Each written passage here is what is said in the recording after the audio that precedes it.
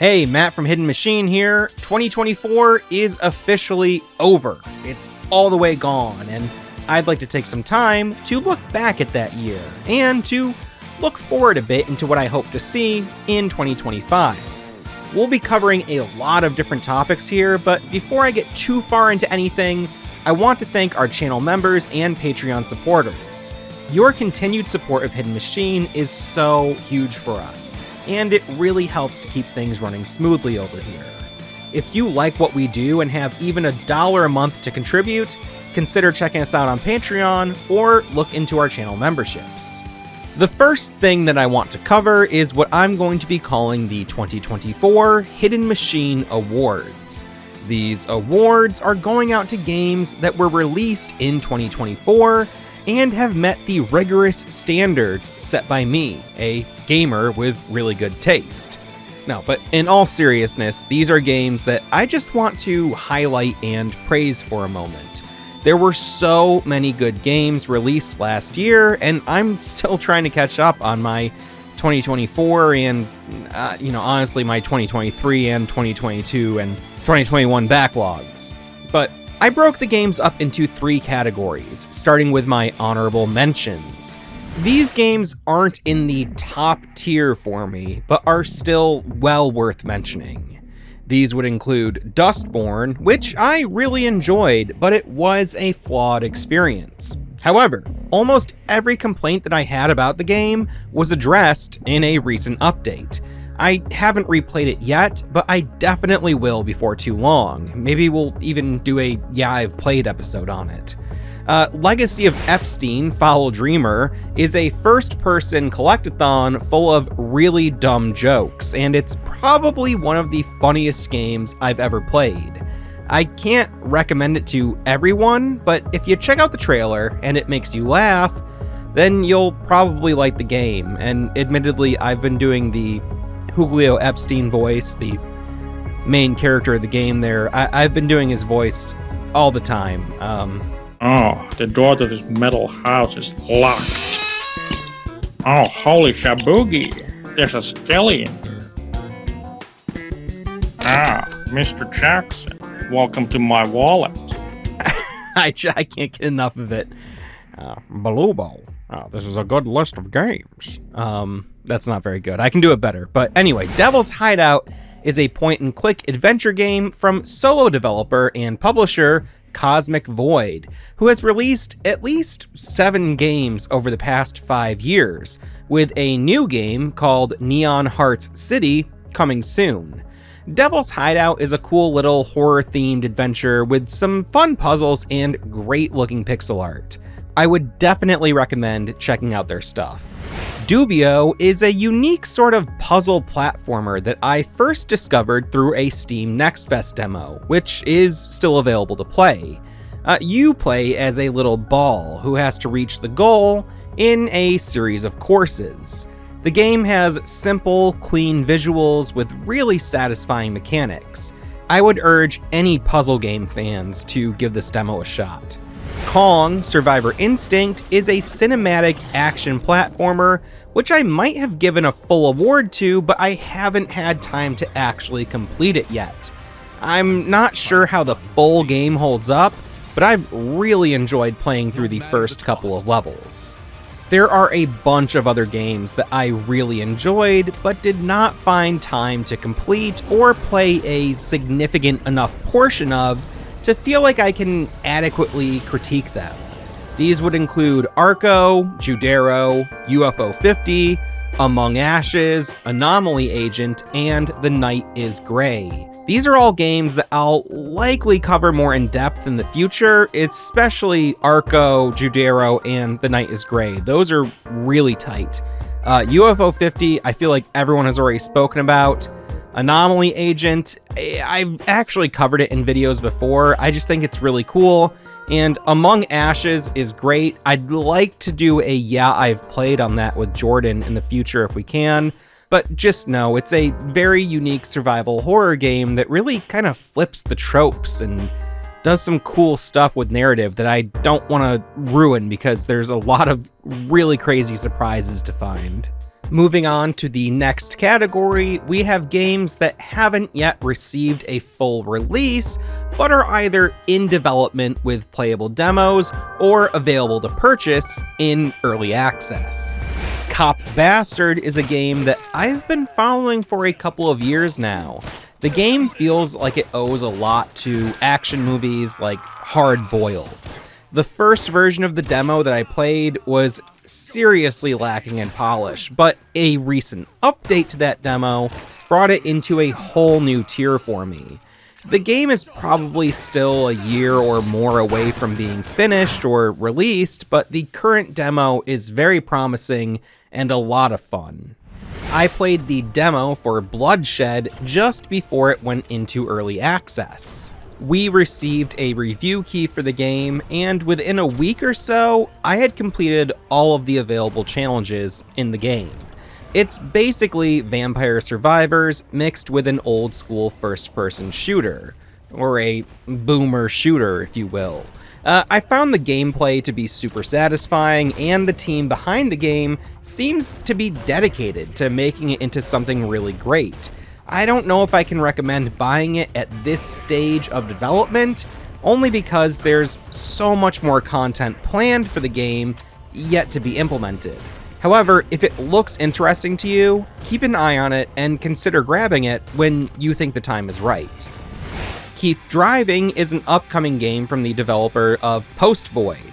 This is a very unique title. It's kind of like the Oregon Trail. It's a travel-based RPG with a focus on inventory management and decision-making on a procedurally generated journey. The demo feels very promising to me, and for me, it did a really great job of capturing the feeling of a road trip. I'm definitely looking forward to playing the full game.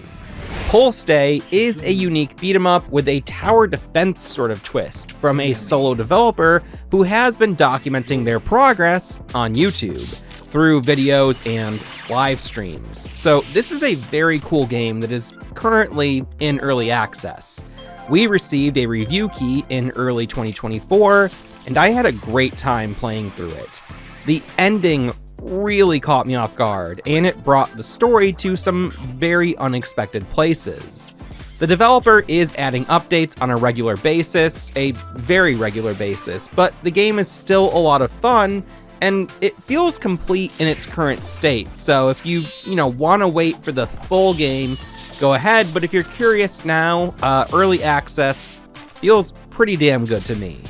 Sulaco entered early access in May of 2024. This is a boomer shooter built on a heavily modified GZ Doom engine. The combat is inspired by games like Fear, and it's very fast-paced and intense. I haven't beaten the game yet, but I've played through a lot of it, and I've had a really great time. Issues that I faced early on have already been addressed in subsequent updates, and there are plenty more updates to come. Early access for games can be a gamble, but I think you'd be safe buying in on this one if you're a fan of first-person shooters. The Rogue Prince of Persia comes to us from Evil Empire, the studio who has been working on Dead Cells ever since the version 1.4 update. It entered early access in May of last year, and I've been playing it ever since. If you're a fan of Dead Cells, you'll probably enjoy a lot about this game. It's still pretty early on in development, especially in comparison to Dead Cells, but the content that is here is really solid, and updates are happening regularly. Some of the updates have totally altered certain mechanics and reset progress, so if you are planning to get in on the early access, be prepared to experience some growing pains. Utopia Must Fall is a roguelite that's sort of a base builder tower defense shooter with emulated vector graphics powered by a custom engine. The game has a ton of style, and I found it to be super addictive. The game does need some more balancing and updates, but those updates are currently being worked on. Our third and final award category is for games that saw a full release in 2024. The first game in this category that I'd like to recognize is Buckshot Roulette. This game is $3 on Steam, and it has provided me hours of entertainment. At its core, Buckshot Roulette is a basic game of chance, but as you play, variables are introduced that can tip the scales a bit. The game recently received an update that added multiplayer.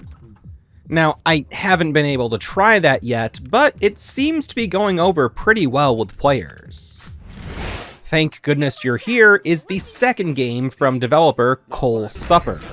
Essentially, this is a classic puzzle-solving adventure game delivered in the form of a platformer that looks like you're watching a cartoon. In my opinion, the game has some of the best comedic writing that I've encountered in years, and all of the animations and character designs are really well done. It builds on what the team created in their previous game, The Good Time Garden, which came out in 2019 and is available to play for free through Steam or itch. Lorne's Lure is a first-person platformer where you explore enormous structures and these sci-fi landscapes. I usually have a hard time with first-person platforming, but this game manages to pull it off really smoothly, in my opinion. I have seen a few people in the reviews kind of say that it felt awkward to them or they didn't quite get the hang of it, but I don't know, after the first hour or so, I felt like everything was coming to me very naturally. In a lot of ways, it reminds me of Death Stranding. A big part of the game is just figuring out how to get from point A to point B with the tools that you have at your disposal. It can be a very soothing experience, at least it was up until the end, where some of the navigation became a little too complex for me.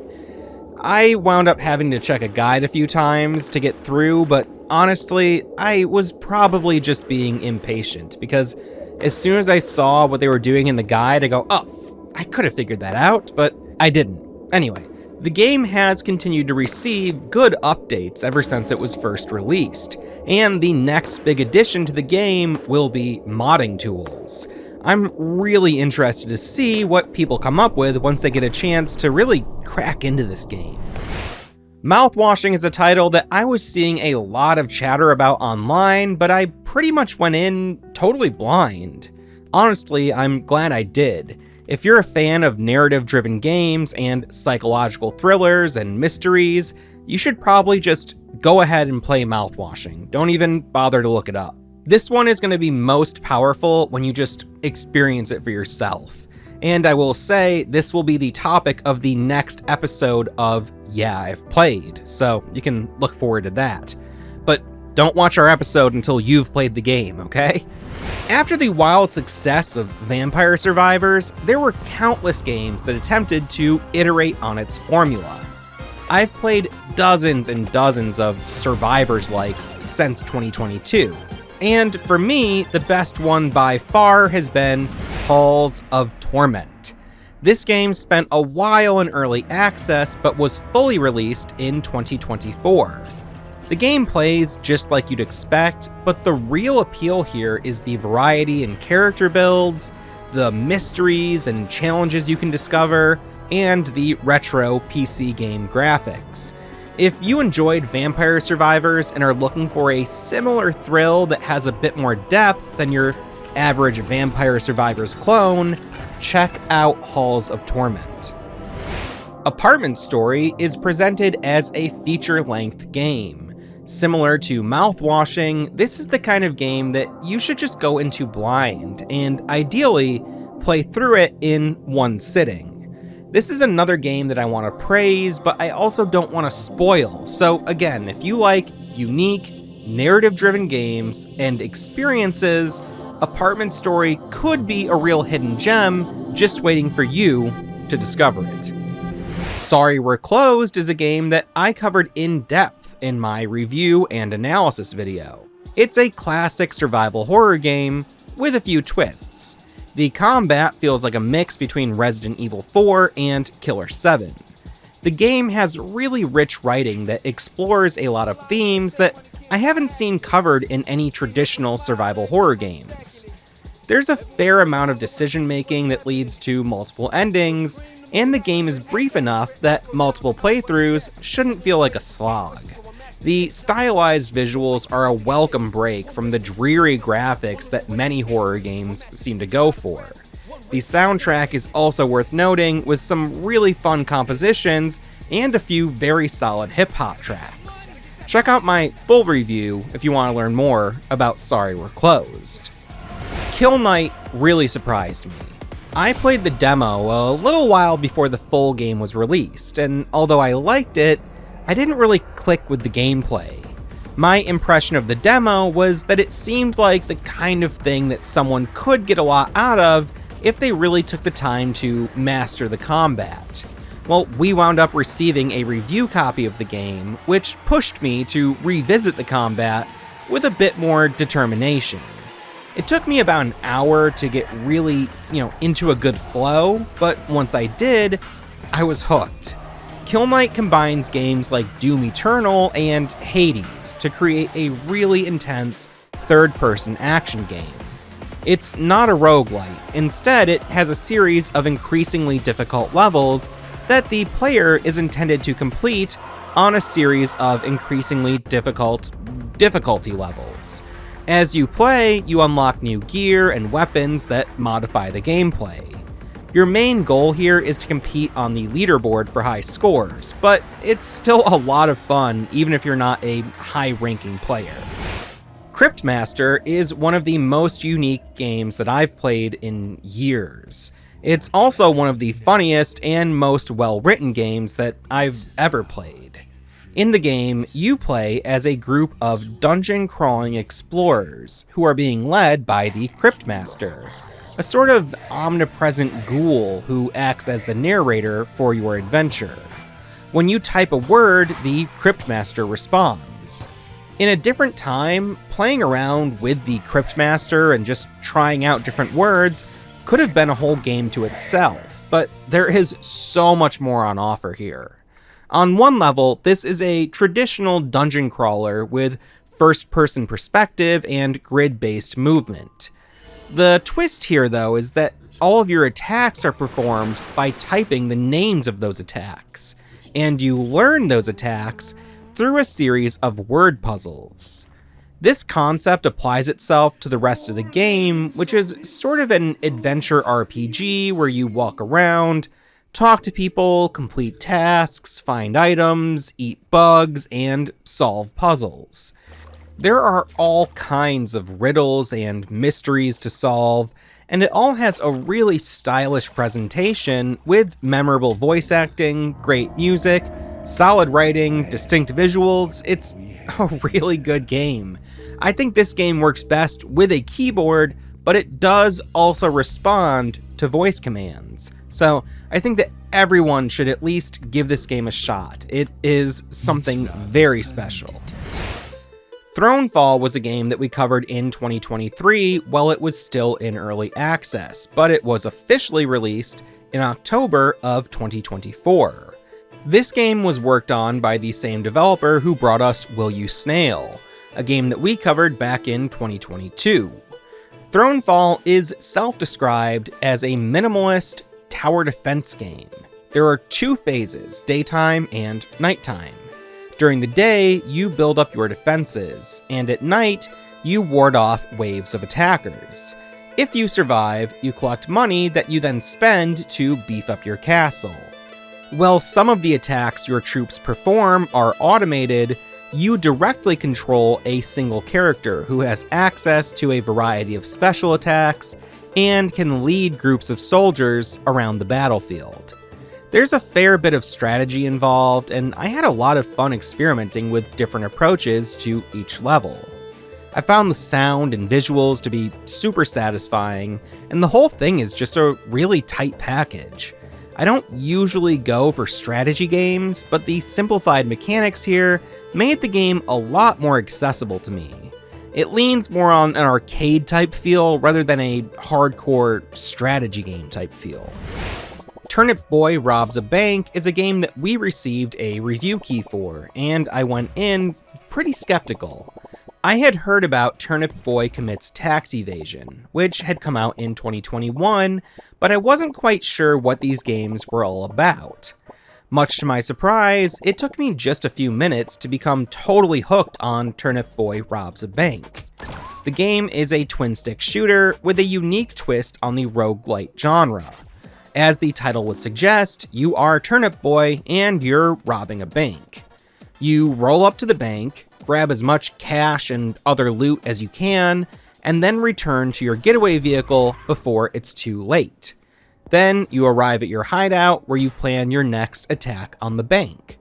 You gather intel that allows you to craft new items and weapons, and to increase the amount of time that you have to explore the bank before you have to get away.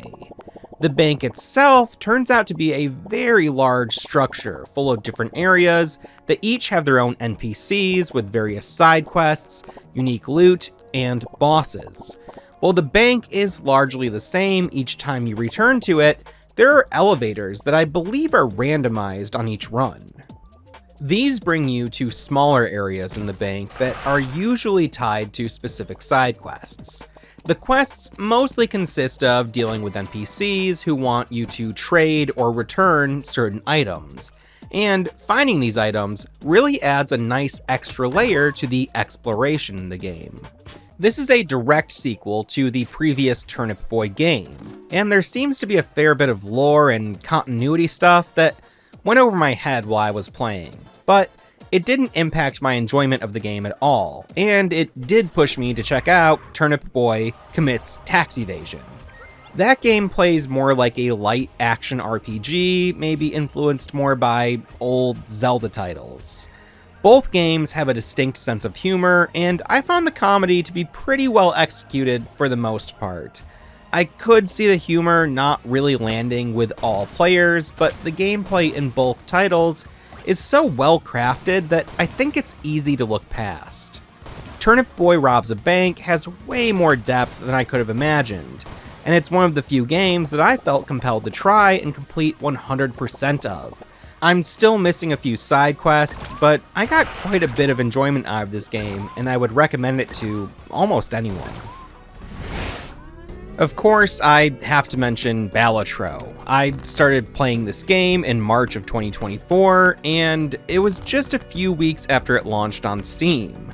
Flash forward to today, and I currently have over 290 hours in the game, which feels totally crazy to say out loud, but it is so much fun, and I find the game to be very relaxing. I haven't really gone out of my way to complete all of the decks just yet. I've mostly just spent time enjoying the game, but I do think that I'd like to eventually clear all of its challenges. Enough has been said about this game at this point, but if you haven't played it yet, the hype is real. The game is very good, and it doesn't matter if you don't like poker or deck builders. The game really carves its own path that makes it hard to force it into any particular genre. Moving on from our awards segment, let's talk about Hidden Machine itself. 2024 brought 2,000 new subscribers to the channel.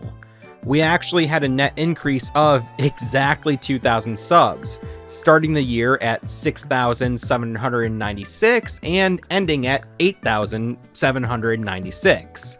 We also released 39 videos last year. Honestly, sometimes I feel like I'm neglecting the channel, but adding everything up really does put it into perspective for me.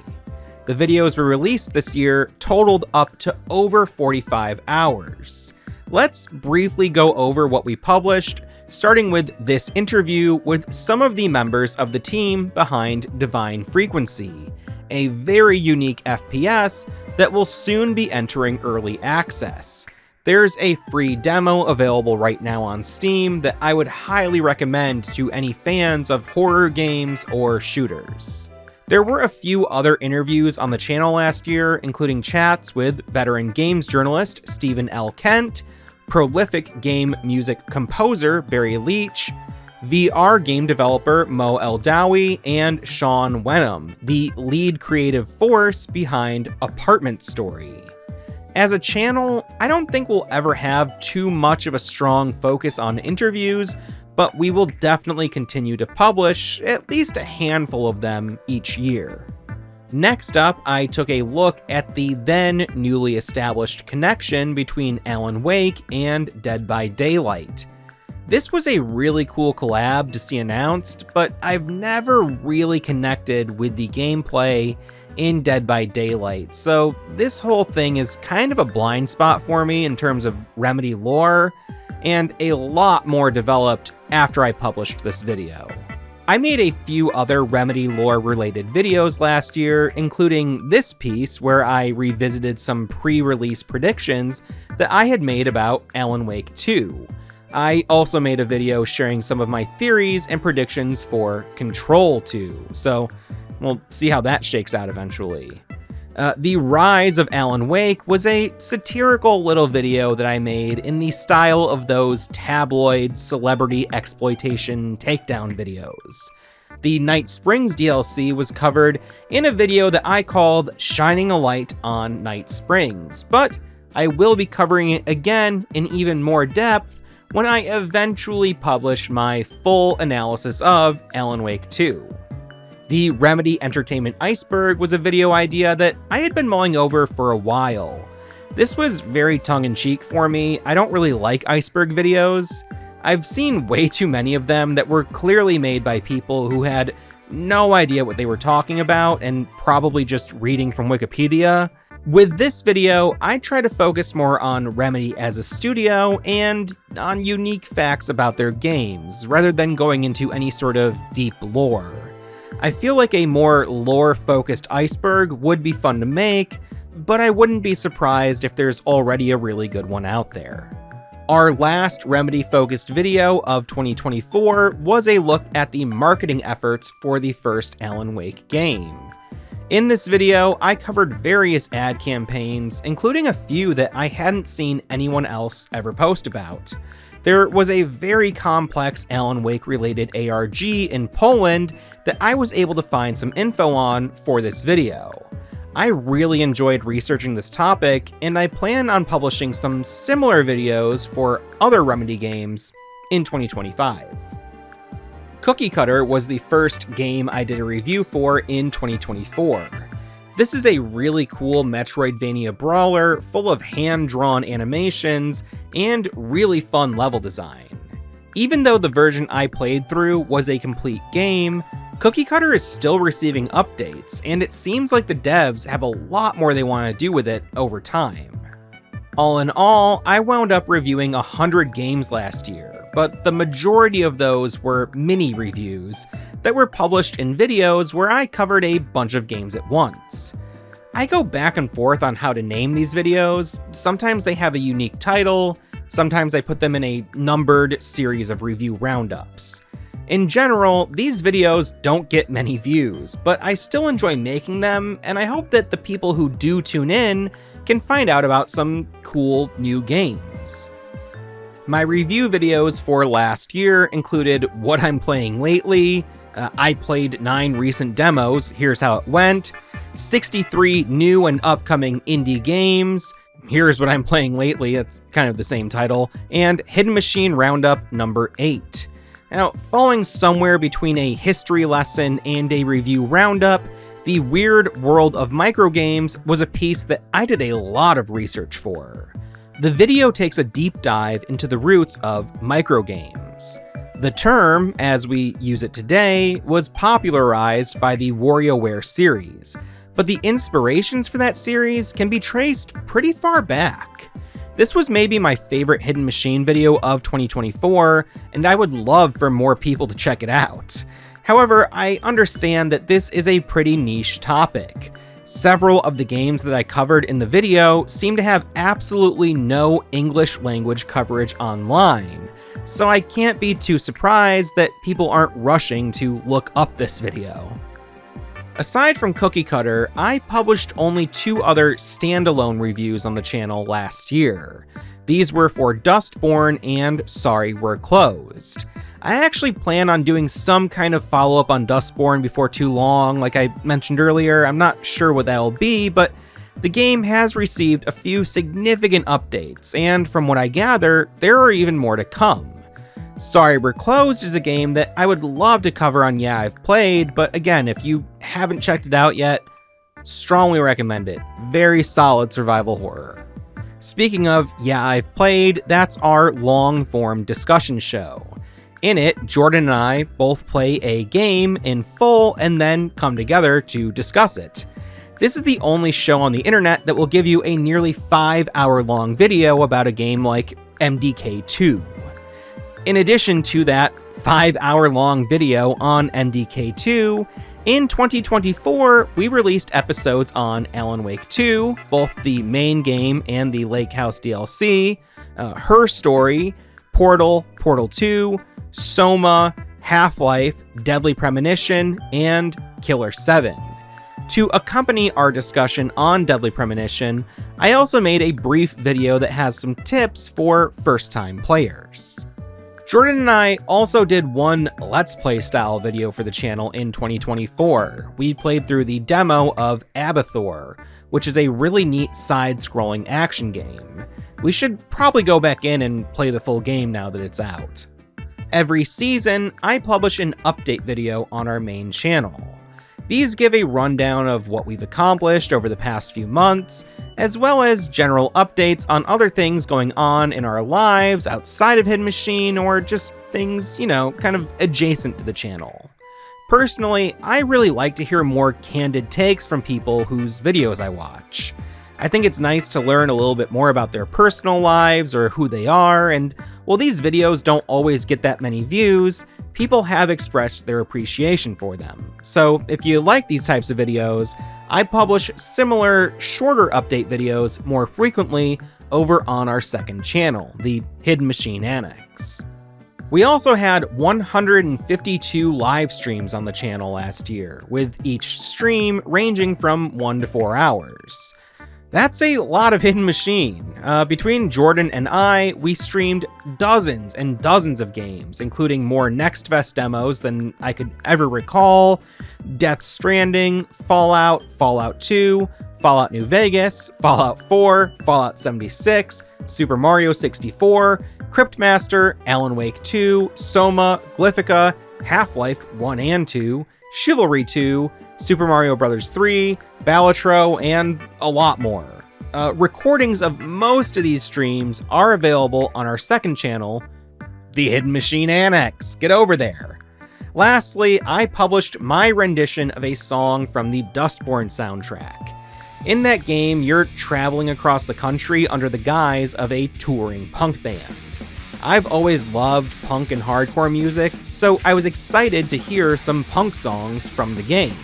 Unfortunately, the music in the game isn't really what I would call punk rock. I decided to take one of the songs and perform it in a way that felt like it was a little more authentic to a hardcore punk band touring across the country.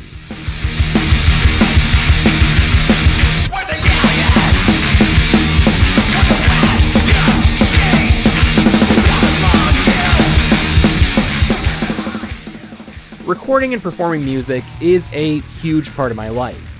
I released around 30 songs last year and wound up writing and recording a lot more that I'll be releasing throughout 2025. Jordan is also a musician, and he plays in a band called Mega Puppies that just recently recorded an EP that was engineered by Andrew, former member of the channel. So the Hidden Machine world is still moving in lots of ways outside of the main channel itself. Now, I make it a point not to talk too much about my music here on the channel, mostly because I just don't think that's why people are here. That said, I do like to give occasional updates. Personally, I love listening to all sorts of music, and I've played with, recorded, and booked a lot of different types of artists and bands over the years. Currently, I have 4 main musical projects. I record and release music under my own name, Matt Hall, and that tends to be mostly metal or hardcore punk. I play drums and write songs for an outlaw country band called Austin and the In-Laws, and I produce hip-hop with a group called The Joint Commission. And I also do hip-hop stuff as part of a duo called Antoine Levy and Dust. That's Antoine Levy, like Anton LaVey, and Dust, like my friend Dustin. And we're both members of that group, the Joint Commission, which is kind of a collective of local rappers, producers, DJ folk that all kind of have a similar vision, and we try to make tracks together whenever life allows. Right now, I have about a dozen thrashy hardcore songs recorded that I haven't released yet because I don't really feel inspired to write any lyrics for them. Maybe I'll find a vocalist or a songwriter who I can collaborate with, but I'm also fine with the idea of these songs just kind of staying in my vault.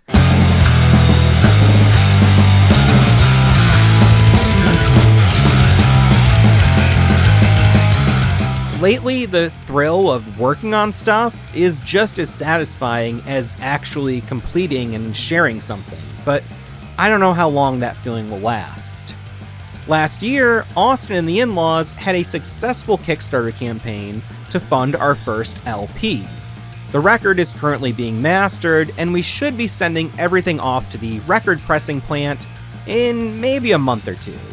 One of the reward tiers on the Kickstarter allowed for people to request covers or custom songs, and we're currently in the process of working through all those requests, and you can hear those as we complete them over on our YouTube channel for Austin and the In-Laws. As for the hip-hop side of things, the members of the Joint Commission have been working together for almost 10 years now, and we've recorded a lot of music. Currently, we have 4 full-length albums, 2 EPs, and a bunch of loose tracks that are all just about finished. We tend to get to the point in the recording process where all we need are a few minor overdubs or edits to the mix before entering the mastering phase, which is usually the final phase of making a song. And when we get there, we tend to drop everything and just start a whole new album. I don't know why, I guess we just lack focus, and we always have new ideas that are just coming to us, and we gotta get them out of us more than we need to actually share and release music. We just gotta record our ideas and try them out. So I'm trying to be a little more disciplined this year. Last year, like I said, we released like 30 songs. That was good, and we released a bunch in 2023 as well, kind of going through our whole archive and really clearing out our backlog. We're almost done with this backlog of stuff from the last 8 or 9 years that we've been working together as a group.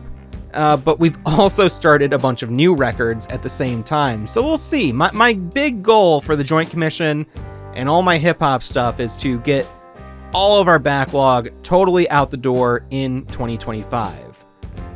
We'll see if I can actually hold true to that. In addition to recording music, I did a lot of live music in 2024. I organized and hosted a bi-monthly hip-hop show where the first hour was an open mic, and the second hour brought out some featured performers from out of state or out of the city. This was a great way to get people on the mic for the first time, and to bring some out-of-state artists to Plattsburgh, where Jordan and I live. It's a pretty small area, so to get any kind of fresh voices in the culture is, I think, really nice. This was the second year for this series, and it did pretty well for the most part in terms of attendance, but I'm not sure if I'll continue it in 2025, because lately I'm not feeling as drawn to performing live or booking live shows. I've been playing out since 7th or 8th grade, and that was a long time ago. And over that time, I've booked hundreds and hundreds of shows, both for myself and for other artists through different venues that I either rented or oversaw the operation of. There have been times in my life where I was booking or playing up to 3 shows a week, and then sometimes going on tour where I'd play every night for a week or 2. Over the summer, Austin and the In-Laws will perform live once or twice every weekend, with very few exceptions. I've been finding it more and more difficult to keep that up, mostly because I just feel like I've had my fill of playing out, for the time being. I haven't really had a break from live shows in almost 25 years, and there's a lot more in life that I want to accomplish and experience. So as I look forward into 2025, I feel pretty certain that I'll be a lot less involved with live music. I currently have a few dates already booked, going out as far as October of this year, but I plan to be a lot more selective with what I take on. Starting in January, I went down to part-time hours at my job. That means that my income from that job was literally cut in half. But that also means that I have twice as much time where I'm not working. My main goal for 2025 is to use that time to focus on the creative projects that I personally find the most fulfilling. Hidden Machine and music are big parts of that, but I also really want to focus more on game development. I currently have 2 games that I'm working on. One is kind of a joke game, and the other is quite a bit more serious. I've shared some minor updates on these projects in other videos, and I plan to continue to do so throughout the year. I want to release at least one game in 2025, and at the moment, it looks like I am on track to make that happen. I plan to start sharing more of my game dev stuff on our second channel, so if you're curious, be sure to check out the Hidden Machine Annex, alright? You gotta subscribe. Honestly, there's probably a million more things I could say about 2024, but for now, I feel like I've probably said enough. So that's my big update, my big recap. Thanks for listening, and I'll see ya in the next video.